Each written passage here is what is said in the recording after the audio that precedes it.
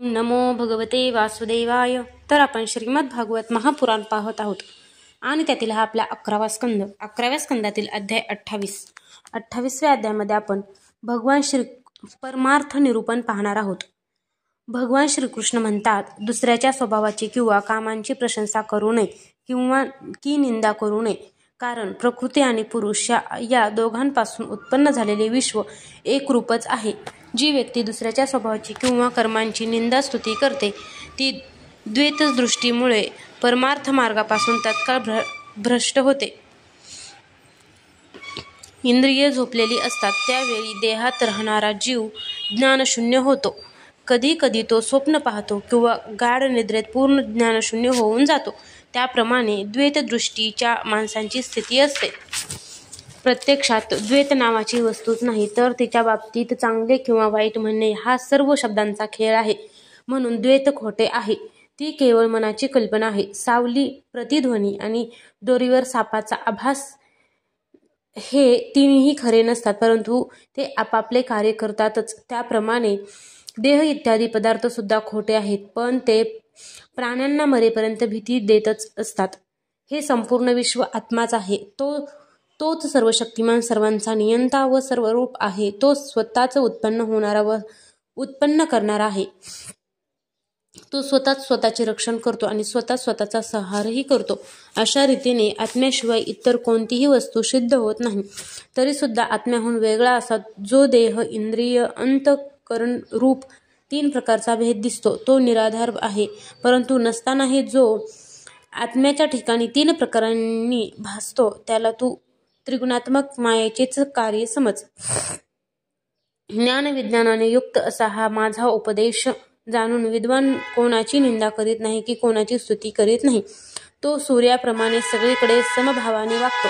प्रत्यक्ष अनुमानशास्त्र, महापुरुषांची वचने व आत्मानुभूती या प्राण्यांनी सर्व दृश्य वस्तू उत्पत्ती आणि शेवट यांनी युक्त आहेत, म्हणजेच त्या नसल्यासारख्या आहेत. म्हणून अनासक्त होऊन जगामध्ये राहावे. उद्धवाने विचारले, भगवन आत्मा हा साक्षी असून स्वयंप्रकाशित आहे.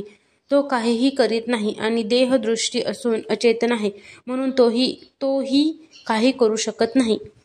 परंतु त्याचा अनुभव तर येतो. तो कोणाला? आत्मा अविनाशी, निर्गुण, शुद्ध, आत बाहेर परिपूर्ण आणि अग्नीप्रमाणे स्वयंप्रकाशी आहे आणि शरीर लाकडासारखे अचेतन आहे.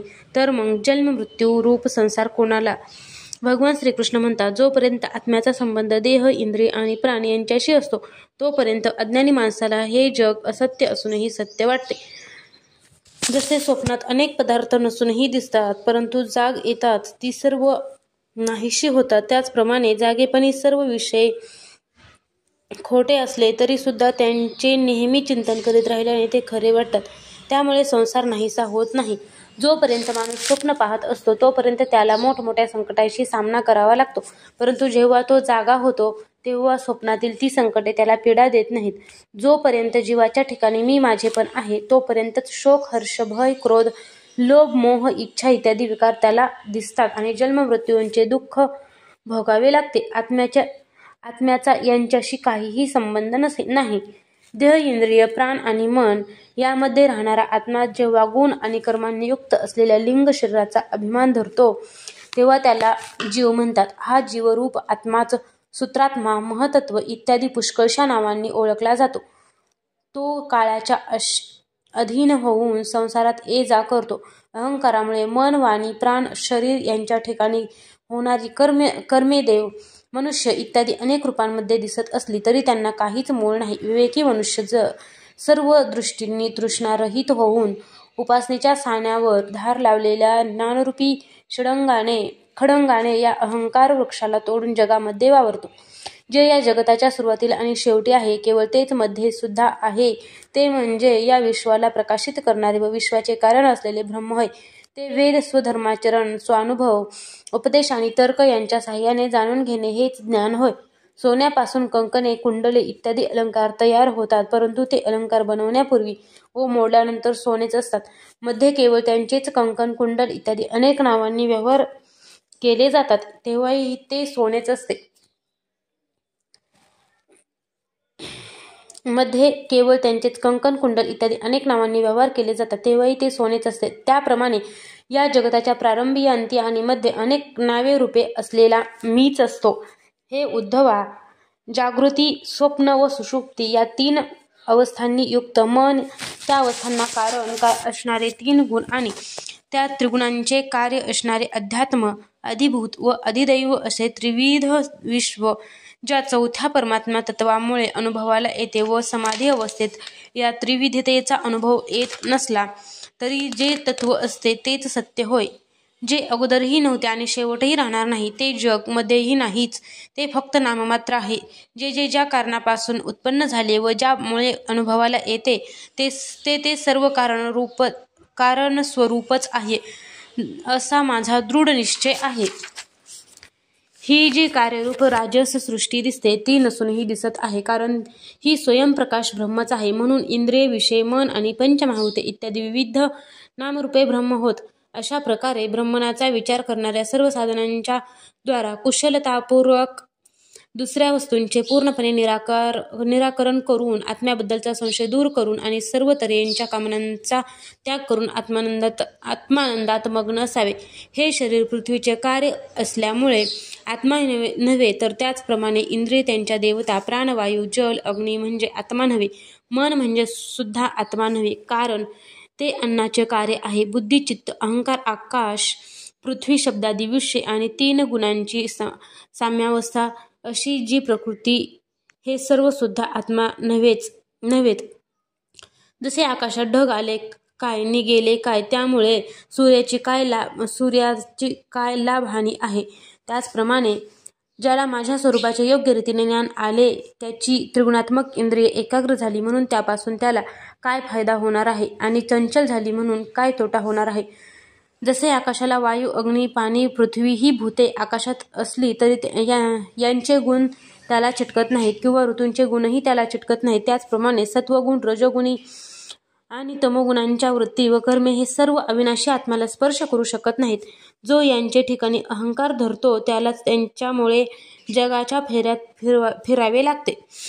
असे असूनही जोपर्यंत माझा सदृढ भक्तियोग साध्य होऊन ज्या योगी मनाचा रजोगुण रूप मळ कायमचा निघून जात नाही, तोपर्यंत या मायानिर्मित गुणांची संगती सर्वथैव सोडली पाहिजे.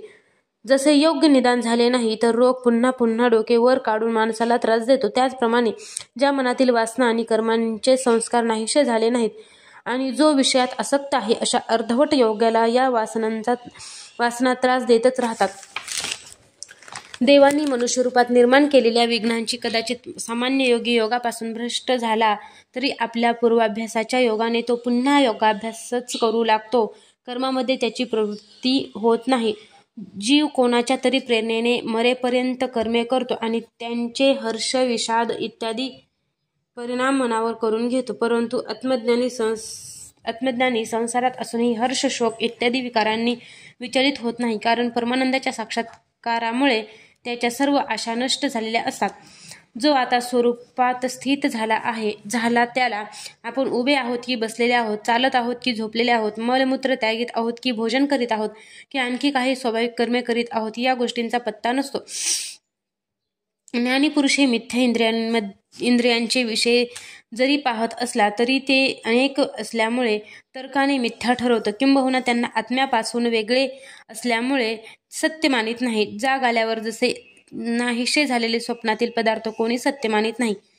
उद्धवा, अनेक प्रकारचे गुण आणि कर्मे यांनी युक्त हा देह, इंद्रिय इत्यादी पदार्थ अज्ञानामुळे आत्म्यापासून वेगळे नाहीत असे वाटत होते, परंतु ज्ञानामुळेच ते अज्ञान दूर होते. आत्मा घेतलाही जात नाही किंवा टाकलाही जात नाही. जसा सूर्योदय माणसांच्या दृष्टीचा अंधार नाहीसा करतो, तो नवीन काही निर्माण करीत नाही, त्याचप्रमाणे माझे खरे ज्ञान मनुष्याच्या बुद्धीतील अज्ञान नाहीसे करते, एवढेच. हा आत्मा स्वयंप्रकाशित, अजन्मा, अप्रमेय स्वरूप, महाअनुभूती स्वरूप आहे. सर्व अनुभूती त्याचेच ठिकाणी अनुभवाला येतात. हा आत्मा एक आहे, अद्वितीय आहे. त्याच्या बाबतीत वाणी मूक झाल्यावर तोच शिल्लक राहतो, कारण त्याच्याच प्रेरणेमुळे वाणी आणि प्राण हे आपापले कार्य करतात. अद्वितीय आत्मतत्वामध्ये भेदाची कल्पना केली जाते, तेच अज्ञान होय. या ब्रह्मालाही आमच्या आत्म्याशिवाय दुसरे अधिष्ठानच नाही. जे स्वतःला पंडित समजतात असे लोक नामरूपामुळे जे ग्रहण केले जाते ते हे पंचमहाभूतात्मक द्वैत जग सत्य आहे असे मानतात. परंतु पदार्थाशिवायच त्यांना येणारा हा अनुभव असल्यामुळे तो सत्य नाही. एखाद्या साधकाच्या शरीराला योग साधना पूर्ण होण्याच्या अगोदरच जर रोग इत्यादी उपद्रव उत्पन्न झाले तर त्याने पुढील उपाय करावेत. काही उपद्रव्य योगधारणेने, काही धारणायुक्त आसनांनी आणि काही तपश्चर्या, मंत्र, औषधे इत्यादींनी नाहीसे करावेत. काही विघ्ने माझे चिंतन व नाम संकीर्तन इत्यादींनी नष्ट करावीत. काही अकल्याण करणारी विघ्ने महापुरुषांची सेवा करून हळूहळू दूर करावीत. काही बुद्धिमान योगी विविध उपाय योजून हे शरीर सदृढ आणि तारुण्यावस्थेत स्थिर करून आणि मादी सिद्धी प्राप्त करण्यासाठी योग साधना करतात. परंतु शहाणे लोक या विचाराला मान्यता देत नाहीत, कारण तो एक निरर्थक प्रयत्न आहे. झाडाला लागलेल्या फळांप्रमाणेच या शरीराचा सुद्धा निश्चितपणे नाश होणार असतो. अखंड योग साधना करीत राहिल्याने शरीर जरी सदृढ झाले तरी सुद्धा बुद्धिमान पुरुषाने साधना करण्याचे थांबून त्यातच संतुष्ट राहता कामा नये. माझ्या प्राप्तीसाठी त्याने नेहमीच प्रयत्नशील असावे. जो योगी माझा आश्रय घेऊन या योग साधनेमध्येच निमग्न राहतो त्याला कोणतेही विघ्न डळमळीत करू शकत नाही. त्याच्या सर्व इच्छा नष्ट होतात आणि आत्मानंदाच्या अनुभूतीमध्ये तो मग्न होऊन जातो. अध्याय 28 समाप्त.